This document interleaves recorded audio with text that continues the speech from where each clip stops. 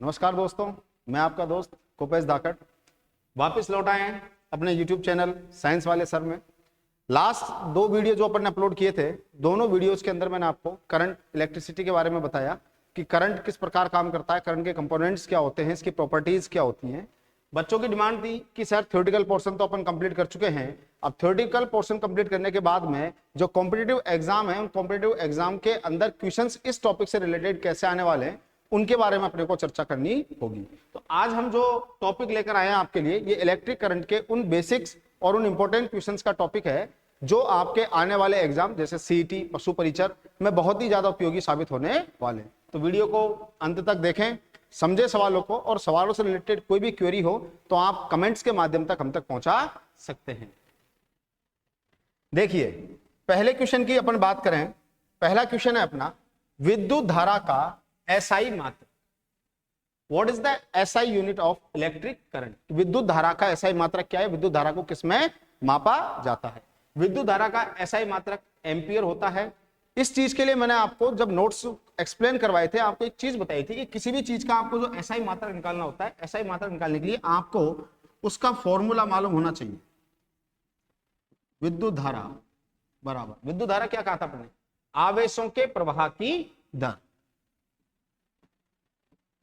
आवेश बटा समय, Q अपॉन T। आवेश का मात्रक कूलाम, समय का मात्रक सेकंड। कूलाम बटा सेकंड ही क्या कहलाया? एम्पियर कहलाया। ये क्वेश्चन आपको दोनों तरीके से उपयोगी साबित हो सकता है कि विद्युत धारा का नॉर्मली एसआई मात्रक यहां पर एम्पियर कर दें। यदि एम्पियर की जगह, ये जो ऑप्शन आपके पास में दिया हुआ है, एम्पियर की जगह अगर यहां पर कूलाम बटा सेकंड ये होता तो ये भी आंसर आपका करेक्ट होता। क्लियर? विद्युत धारा का ऐसा ही मात्रा क्या हो गया अपना? एम्पियर। एम्पियर के अलावा अदर यूनिट की बात करूं मैं तो coulomb upon second.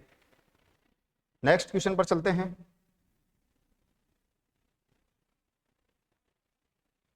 Question number 2 है, विभवांतर का एसआई मात्रक। विभवांतर को किस में मापा जाता है? अपन ने देखा था वहां पर कि जो विभवांतर होता है, विभवांतर की एसआई यूनिट हमने किस में ली थी? वोल्ट। विद्युत विभवांतर हो या विद्युत विभव हो, क्योंकि दोनों की दोनों विभवांतर और विद्युत विभवांतर और विद्युत विभव दोनों क्या है? आवेशों को एक स्थान से दूसरे स्थान तक ले जाने में किया गया कार्य। अगर दोनों स्थान फिक्स हैं तो वहां पर आप विद्युत विभवांतर फाइंड आउट करते हो, और एक बिंदु उसका अनंत है, दूसरा बिंदु उसका एक निश्चित बिंदु है, फिक्स बिंदु है, तो वहां विद्युत विभव फाइंड आउट करते हो। क्योंकि दोनों की दोनों आवेशों को ले जाने में किए गए कार्य हैं। अब आवेशों को ले जाने में किया गया कार्य तो बेसिक सी बात है, इसका फॉर्मूला, इसकी बीमा, इसका जो सूत्र है, उसका जो मात्रक है वो भी समान होगा। तो अपन कह सकते हैं कि विभवांतर का जो एसआई मात्रक है वो एसआई मात्रक क्या होता है बेटा? वोल्ट होता है। इसको वोल्ट में मापा जाता है। नेक्स्ट क्वेश्चन पर चलते हैं। क्वेश्चन नंबर 3 बहुत ही अच्छा क्वेश्चन है, इसके बारे में आपको जानकारी होनी चाहिए। हमारे घरों में पहुंचने वाले विद्युत धारा की प्रकृति कैसी होती है? देखो, विद्युत धारा जो है ये दो तरीके से फ्लो होती है, एसी के रूप में और डीसी के रूप में, अल्टरनेटिव करंट और डायरेक्ट करंट। ठीक है, प्रत्यावर्ती धारा व दिष्ट धारा। हमारे घरों में जो धारा पहुंचती है उस धारा की प्रवृत्ति होती है एसी, अल्टरनेटिव करंट, प्रत्यावर्ती धारा। नेक्स्ट क्वेश्चन, भारत में एसी की आवृत्ति कितनी होती है? जो अल्टरनेटिव करंट है अपने घरों के अंदर जो धारा बहती है, उस धारा को कितने हर्ट्ज पर फ्लो किया जाता है? वो होती है आपके पास में 50 हर्ट्ज पर, 50 हर्ट्ज के ऊपर। नेक्स्ट क्वेश्चन, किसी तार के विभवांतर को मापने के लिए किस युक्ति का प्रयोग किया जाता है? अब देखें आप, कोई भी जो चालक तार होगा, उस चालक तार के अंदर यदि विभवांतर को आपको मापना है तो विभवांतर के मापक का नाम क्या होता है बेटा? Volt meter. यहां देखें, एमीटर भी आपके पास में दिया गया है, तो याद रखें आप, पोटेंशियल की अगर बात है विभव या विभवांतर की बात है तो इसके लिए क्या चाहिएगा, आपको वोल्ट मीटर की आवश्यकता पड़ेगी। वोल्ट मीटर में से वोल्ट क्या था आपके पास में, मात्रक के रूप में आया था। आप लोगों ने देखा था ना कि वोल्ट को इकाई के रूप में काम में लिया गया, किसकी, विद्युत विभवांतर या विद्युत विभव की में। यही क्वेश्चन यदि आपसे पूछ लिया था कि विद्युत धारा का मापन किस यंत्र के द्वारा किया जाता है, तो यहां जो आपका वोल्ट मीटर था ये रिप्लेस हो जाता किससे, एमीटर के द्वारा। क्लियर। तो आप याद रखना, किसी भी तार के विभवांतर को मापने के लिए किस युक्ति का प्रयोग किया जाता है, वोल्ट मीटर। क्लियर। अगला क्वेश्चन, ओम का नियम किसे परिभाषित करता है। ओम का नियम विद्युत धारा को परिभाषित करता है। इसमें एक छोटा सा कंफ्यूजन रहता है कि सर ओम का जो नियम था V बराबर I R, ये हमने पढ़ा था, लेकिन ओम के नियम का जो वास्तविक गणितीय रूप है वो V बराबर I R नहीं है, V समानुपाती I है। V समानुपाती I आपको क्या बताया था उस टाइम पर मैंने, कि किसी भी चालक तार के सिरों के मध्य उत्पन्न विभवांतर V उसमें प्रवाहित धारा I के समानुपाती होता है, कि जितना उसका विभवांतर बढ़ेगा उतनी ही उसकी धारा का मान बढ़ेगा, जितना विभवांतर डाउन होगा उतना ही उसकी धारा का मान डाउन होगा। तो हम कह सकते हैं कि जो ओम का नियम था ये डिफाइन करेगा किसको, विद्युत धारा को, ना कि प्रतिरोध को। प्रतिरोध तो वहां क्या था कि यदि धारा का मान बढ़ रहा है, धारा का मान बढ़ रहा है तो वहां पर उस धारा के मान को कंट्रोल किया जा सकता था, किसके द्वारा, प्रतिरोध के द्वारा। तो ये याद रखना, बहुत सारे बच्चे इसमें गलती कर देते हैं कि सर ओम के नियम में तो हमने जो लास्ट में यूजफुल चीज पढ़ी थी वो पढ़ी थी रेजिस्टेंस, प्रतिरोध, लेकिन ऐसा नहीं है। सेल के बाहरी परिपथ में विद्युत धारा की दिशा परंपरानुकूल क्या मानी जाती है। इस क्वेश्चन को अलग तरीके से यदि आपके सामने डिफाइन किया जाए तो कई बार ये क्वेश्चन आपको इस प्रकार से आ जाता है कि किसी भी सेल में बाहरी भाग में जो धारा का प्रवाह होगा या किसी भी परिपथ में धारा का प्रवाह किस दिशा से किस दिशा की ओर होता है या किस ध्रुव से किस ध्रुव की ओर होता है। तो देखें, ये मैंने आपको उस टाइम पर परिपथ बनाकर बताए थे कि यहां पर अपन ने कोई बैटरी जोड़ दी, ये इसका धन सिरा, ये इसका ऋण सिरा, positive end to negative end. इसमें जो करंट फ्लो होगा वो हमेशा इसके धनात्मक सिरे से इसके ऋणात्मक सिरे की ओर होता है, मतलब पॉजिटिव एंड से नेगेटिव एंड की ओर। तो यहां देखें अपन, ऋण ध्रुव से धन ध्रुव की ओर, गलत हो जाएगा, कोई निश्चित नहीं है, गलत, क्योंकि हमेशा धन ध्रुव से ऋणात्मक ध्रुव की ओर ही ये गति करेगा। तीसरा ऑप्शन है अपना, धन ध्रुव से ऋण ध्रुव की ओर, पॉजिटिव एंड से नेगेटिव एंड की ओर। क्लियर। अगला है, प्रतिरोध का एसआई मात्रक क्या होता है। प्रतिरोध का एसआई मात्रक देखें, ओम इंटू मीटर, ये प्रतिरोधकता के लिए है, और यहां प्रतिरोध की अगर मैं बात करूं, प्रतिरोध को किसमें मापा था अपन ने बेटाओ, ओम में। बच्चे गलती कर देते हैं प्रतिरोध और प्रतिरोधकता में। जैसा मैंने आपको लेक्चर के टाइम में बताया था कि प्रतिरोध उसमें कता लगा दिया तो प्रतिरोधकता बन गया, अपने को ऐसा नहीं करना है। याद रखना है, प्रतिरोध है उसका मापन तो होगा ओम के अंदर, और जो प्रतिरोधकता है, प्रतिरोधकता है इसका मापन किसमें करते हैं बेटा अपन, ओम इंटू मीटर में। ये ओम इंटू मीटर कैसे आया था, प्रतिरोधकता जब मैंने आपको समझाई थी उस टाइम पे इसको बहुत अच्छे से एक्सप्लेन किया था कि जो प्रतिरोध है, यदि प्रतिरोध एकांक लंबाई के तार और एकांक अनुप्रस्थ तार क्षेत्रफल वाले तार की हम बात करें तो वहां का जो प्रतिरोध था और उनकी जो प्रतिरोधकता थी दोनों की दोनों समान थे। लेकिन यहां प्रतिरोधकता जो है उसमें तार की लंबाई एकांक थी, लेकिन अनुप्रस्थ काट क्षेत्रफल जो अपन निकालते हैं वो मीटर स्क्वायर के अंदर निकलता है। तो वहां पर जो एक मीटर की लंबाई की जो एक यूनिट थी मीटर, और इसके साथ में जो मीटर स्क्वायर की थी, मीटर स्क्वायर अपॉन मीटर अपन ने किया था, तो एक मीटर से तो एक मीटर कट गया, लेकिन ऊपर मीटर स्क्वायर था तो एक सिंगल मीटर और बच गया, तो क्या बन गया, ओम इंटू मीटर। तो क्वेश्चन को वापस रिपीट कर लें, प्रतिरोधकता का एसआई मात्रक क्या होगा, ohm into metre. Clear. Next question, गर्मी के दिन में किसी तार का प्रतिरोध बढ़ जाता है, घट जाता है, अपरिवर्तित रहता है या अनिश्चित रहता है। तो देखो इसके लिए थोड़ी सी चीज आपको देखनी है कि जब गर्मी पड़ेगी, ये कोई तार है, क्या है, कोई भी चालक तार है, गर्मी का मौसम है तो गर्मी की वजह से हीट जनरेट होती है, हीट जनरेट होगी तो ये जो आपका तार है, इस तार की जो लंबाई है L, ये कहीं ना कहीं थोड़ी बहुत बढ़ जाएगी। समझे ना बात को, कि ये तार की जो एक्चुअल लंबाई थी L, ये बढ़कर हो गई L प्लस L डैश, ये इतना इसमें ग्रो हो गया। किसकी वजह से? हीट की वजह से, क्योंकि गर्मियों के दिनों में जो तार वगैरह है ये फैलते हैं। बचपन में आपको पढ़ाया गया होगा कि गर्मियों के समय में तारों की प्रवृत्ति होती है कि ये क्या करेंगे, अपनी एक्चुअल साइज से ज्यादा फैल जाएंगे। तो अब यहां तार की लंबाई पहले L थी, इसका कोई भी प्रतिरोध होगा R, अब इसकी लंबाई में L डैश वृद्धि हो गई। तो अपन ने पढ़ा है कि किसी भी चालक तार की लंबाई उसके प्रतिरोध के समानुपाती होती है। यदि तार की लंबाई बढ़ेगी तो उस चालक तार का प्रतिरोध भी बढ़ेगा। और ये क्लियर है कि गर्मियों के दिनों में ये जो L लंबाई थी ये L प्लस L डैश हो गई है, मतलब लंबाई में वृद्धि हो गई है, तो उसका जो प्रतिरोध था उस प्रतिरोध में भी तो वृद्धि होगी। तो अपन कह सकते हैं कि गर्मी के दिनों में किसी भी तार का जो प्रतिरोध है वो बढ़ जाता है। यही क्वेश्चन यदि आपसे पूछा जाए कि ठंड के दिनों में किसी तार का प्रतिरोध बढ़ेगा या घटेगा, देखो ठंड में जो तार होगा वो तार सिकुड़ेगा, तार सिकुड़ेगा इसका मतलब उसकी एकांक अनुप्रस्थ काट क्षेत्रफल में वृद्धि होगी या कमी होगी। तार सिकुड़ रहा है मींस लंबाई तो क्या हो रही है, उसकी कम हो रही है।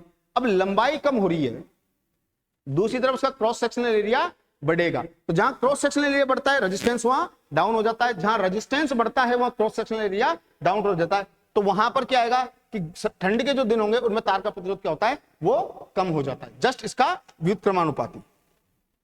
क्वेश्चन नंबर 10, घरों में जोड़े जाने वाले प्रतिरोध को किस क्रम में जोड़ा जाता है? क्वेश्चन देखें, घरों में जोड़े जाने वाले प्रतिरोधों को किस क्रम में जोड़ा जाता है, श्रेणी क्रम या समांतर क्रम? देखें इस बात को अपन बात करें। आंसर आपका समांतर क्रम है, लेकिन क्यों है ये आपको क्लियर होना चाहिए। आपको अच्छे से पता है कि आपके घरों में कोई पर्टिकुलरली एक जैसे ही सभी उपकरण नहीं लगे होते हैं। अलग अलग उपकरणों को अलग अलग मात्रा में धारा की आवश्यकता होती है।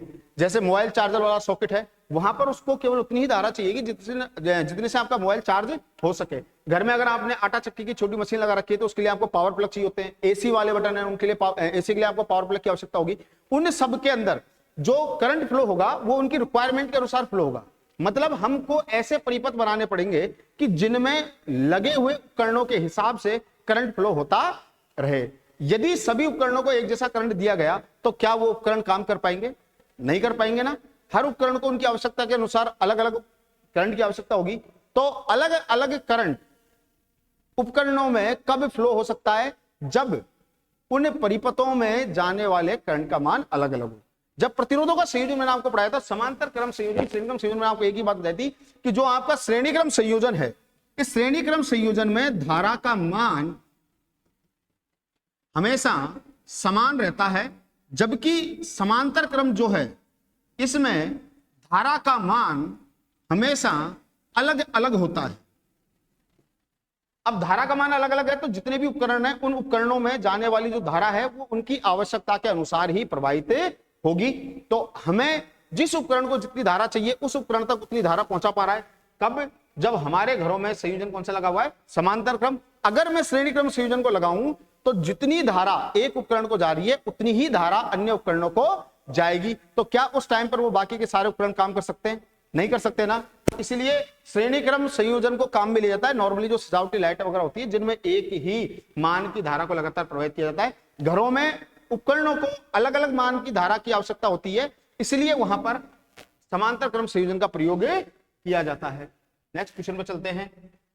देखो, पतले तार का प्रतिरोध मोटे तार की अपेक्षा कम होता है या अधिक होता है? पतले तार का प्रतिरोध, पतला तार मींस उसका जो क्रॉस सेक्शनल एरिया है वो उसकी लेंथ के जस्ट अपोजिट होगा। अब क्रॉस सेक्शनल एरिया यदि बढ़ेगा तो रेजिस्टेंस घटेगा, क्रॉस सेक्शनल एरिया यदि डाउन होगा तो रेजिस्टेंस क्या होगा? बढ़ेगा। तो यहां पर अपन कह सकते हैं कि जो तार जितना अधिक पतला होगा उसका प्रतिरोध उतना ही अधिक होता है। तार की अगर आप मोटाई बढ़ाओगे प्रतिरोध उसका डाउन हो जाएगा, तार की मोटाई जितनी कम करोगे प्रतिरोध उसका उतना ही बढ़ता हो जाएगा। ये एक दूसरे के व्युत्क्रमानुपाती होते हैं।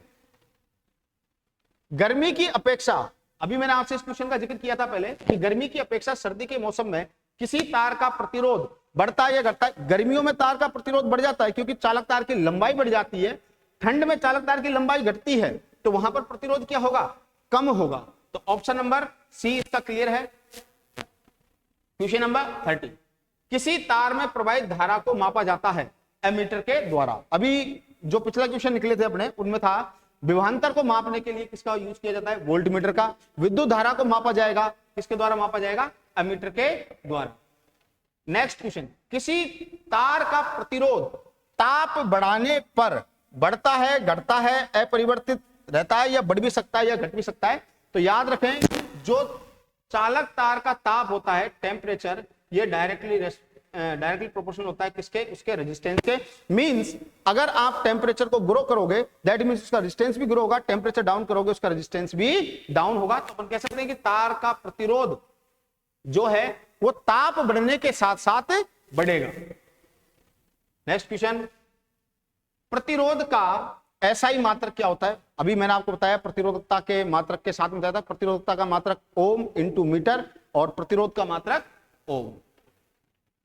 विद्युत ऊर्जा को यांत्रिक ऊर्जा में बदलने वाले यंत्र का नाम। देखो, विद्युत ऊर्जा जो इलेक्ट्रिक करंट आपके पास आ रहा है, इस इलेक्ट्रिक करंट को आपने मैकेनिकल एनर्जी में कन्वर्ट किया, इसके लिए आपको जरूरत होती है किसकी, इलेक्ट्रिक मोटर की। तो आपका जो क्वेश्चन है, विद्युत ऊर्जा को यांत्रिक ऊर्जा में बदलने वाले यंत्र का नाम है, क्या रहेगा आपका आंसर, विद्युत मोटर।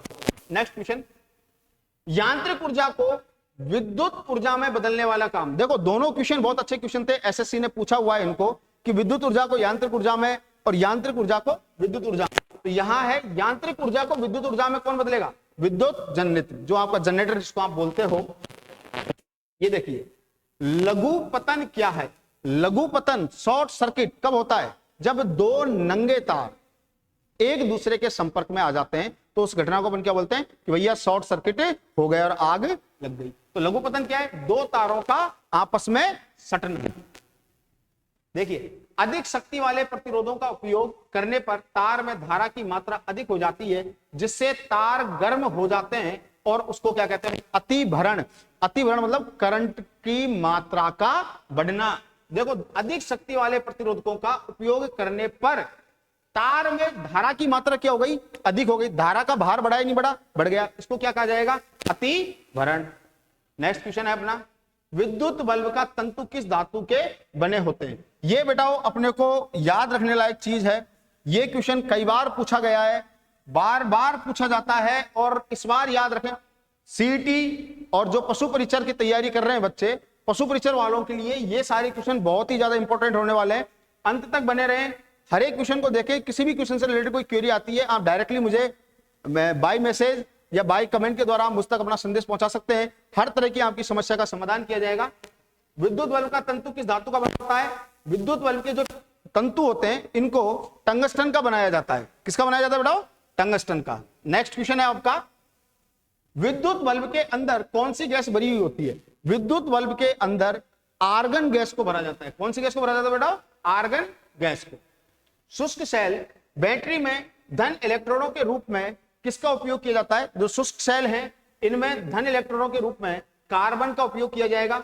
बैटरी में ऋण इलेक्ट्रोड के रूप में किसका उपयोग किया जाता है। बैटरी में ऋण इलेक्ट्रोड के रूप में हमेशा जिंक का उपयोग किया जाएगा। किसी विद्युत हीटर के प्रतिरोधक को बढ़ाने के लिए किसका उपयोग किया जाता है। देखो, विद्युत हीटर जो होता है इसमें यदि उसकी मुझे प्रतिरोधकता को इंक्रीज करना है तो मैं वहां पर नाइक्रोम के तारों का उपयोग करूंगा। किसका उपयोग करूंगा, नाइक्रोम के तारों का। विद्युत फ्यूज को बनाने में उपयोग किया जाने वाले पदार्थ का गलनांक हमेशा कम होना चाहिए, ताकि अतिभरण की समस्या यदि आती है, करंट फ्लो ज्यादा होता है, तो वो फ्यूज हमें बहुत जल्दी टूट जाए, जिससे आगे वाले उपकरण खराब ना हो पाए। तो विद्युत फ्यूज को बनाने में उपयोग किए जाने वाले पदार्थ का गलनांक क्या होना चाहिए, कम होना चाहिए। विद्युत फ्यूज को बनाने में उपयोग किए जाने वाले पदार्थ किनके मिश्र धातु होते हैं। टिन और तांबा, तांबा और लोहा, जिंक और तांबा, सीसा और टिन। सीसा और टिन के ही विद्युत फ्यूज बनाए जाएंगे। बिजली के फ्यूज का व्यवहार क्यों किया जाता है। किसके लिए करते हैं अपन, घर की सेफ्टी के लिए, घर में लगे हुए उपकरणों की सुरक्षा के लिए। नेक्स्ट क्वेश्चन, विद्युत फ्यूज को बनाने में सीसा का उपयोग क्यों किया जाता है? क्योंकि जो सीसा होता है, सीसा क्या है, कंडक्टर है, उसका जो गलनांक है वो गलनांक क्या होता है, कम होता है, कि जो आवश्यकता से थोड़ा अधिक करंट फ्लो होते ही टूट जाएगा और आगे के जो आपके परिपथ है उनमें धारा का प्रवाह नहीं हो पाएगा और आपके जो उपकरण है वो उपकरण खराब होने से बच जाएंगे। निम्नलिखित में से कौन सा यंत्र विद्युत धारा के उष्मीय प्रभाव पर बना होता है? आपको पता है हीटर को आप सभी ने घरों में यूज किया होगा। हीटर जो है वो विद्युत धारा के कौन से प्रभाव को दिखाता है? उष्मीय प्रभाव को। नेक्स्ट क्वेश्चन, लेक्लांसी सेल में किसका घोल प्रयुक्त होता है? अमोनियम क्लोराइड का घोल लेक्लांसी सेल के अंदर यूज किया जाता है। नेक्स्ट क्वेश्चन है, ताप विद्युत केंद्रों में बिजली उत्पन्न करने के लिए किसका उपयोग किया जाता है? ताप विद्युत केंद्रों में बिजली उत्पादन के लिए जिस चीज का उपयोग किया जाएगा उसे कोयला के नाम से जाना जाता है। निम्नलिखित में से कौन से विद्युत उत्पन्न केंद्र में बॉयलर का उपयोग नहीं किया जाता है? जो अपने जल विद्युत केंद्र होते हैं, इन जल विद्युत केंद्रों के अंदर कभी भी बॉयलर का उपयोग नहीं किया जाता है। ये अपने 32 जो इंपॉर्टेंट क्वेश्चंस थे, थ्योरेटिकल पोर्शंस, उसकी प्रेजेंटेशन मैंने आपके सामने रखी। उम्मीद करता हूं आप सभी को ये बहुत अच्छे से समझ में आए होंगे। यदि इनसे रिलेटेड आपका कोई भी डाउट रहता है आप कमेंट के माध्यम से हमें बता सकते हैं। इसके अलावा इससे रिलेटेड कुछ न्यूमेरिकल्स जो कॉम्पिटिटिव एग्जाम में पूछ लिए जाते हैं, इसके ऊपर भी मैं अगला अपना वीडियो लेकर आने वाला हूं। इसके बाद में सभी स्टूडेंट्स को मैं एक बार वापस से धन्यवाद देना चाहता हूं कि आप लोगों ने हम पर भरोसा किया, हमसे जुड़े, हमारे साथ में रहकर आप अपनी तैयारी को एक नई दिशा दे रहे हो। निश्चिंत मानिए पशु परिचर का जो होने वाला पेपर है, इस पेपर में इन नोट्स से बाहर साइंस में आपका कुछ भी नहीं आने वाला है, कुछ भी नहीं जाने वाला है, क्योंकि आपको जो साइंस यहाँ प्रोवाइड करवाई जा रही है ये बहुत बेसिक्स से लेकर इसका जो एक्सट्रीमली लेवल है वहां तक के नोट्स आपको क्लियर करवाए जाएंगे। तो हमारे साथ बने रहिए, अपनी स्टडी जारी रखें। किसी प्रकार की कोई समस्या आती है सिलेबस में, सीधा आप हमसे कांटेक्ट कर सकते हैं। धन्यवाद।